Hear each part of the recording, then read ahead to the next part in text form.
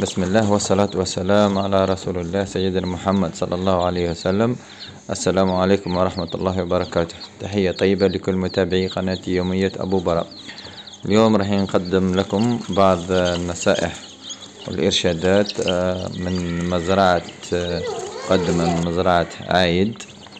نشكرهم على هذا المجهود والنصائح دائما، خاصة المبتدئين، بأنه بدأ موسم تفقيس الفلوس. كاين الكثير يعاني من الاعوجاج الخاص بالرجلين متاع الصيصان، تقدر تقول معاقة وما يقدرش يمشي.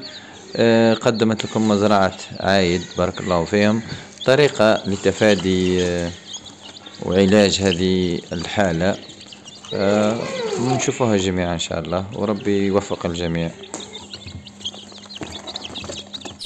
السلام عليكم خاوتنا. اليوم ان شاء الله راح نحكوا على الفلوس اللي يخرج من الفقاصه معوق، وكاين اللي غيظو ما يقدرش يذبحو، وكاين اللي مانيش عارف انا يحب يعالجو. طريقه سهله وبسيطه. هذا ما كانش يمشي كامل كيخرج من الفقاصه، كان معوق. هاو اليوم نهار الثالث من اللي زاد، هاو ديك رجلو عاودت ولات لبلاصتها. اليوم النهار الثالث الرابع الخامس تشوفوا بدا يمشي. نحيلو الخيط. كاين اللي يستعمل خيط، وكاين اللي يستعمل واحد الاداة هكا مصنوعه شويه نقي على هذه الخدمه. بصح هذه ابسطهم، يعني واحد ما يقدرش، لان الخيط تاع شكاره تاع الماكله نخليه نقاطيه في الكوطه يخرج لي فلوس زوج ثلاثه، في عاود يروحوا خساره هكذاك. نربط لهم رجليهم تقريبا واحد 2.5 سنتيم بين الرجل والرجال حتى 3 سنتيم، وما شاء الله ويصدقوا حتى الانيق. شوف فلوس صغير ما كاش كاع، رجلي فيهم واحد الله اعلم وين راه.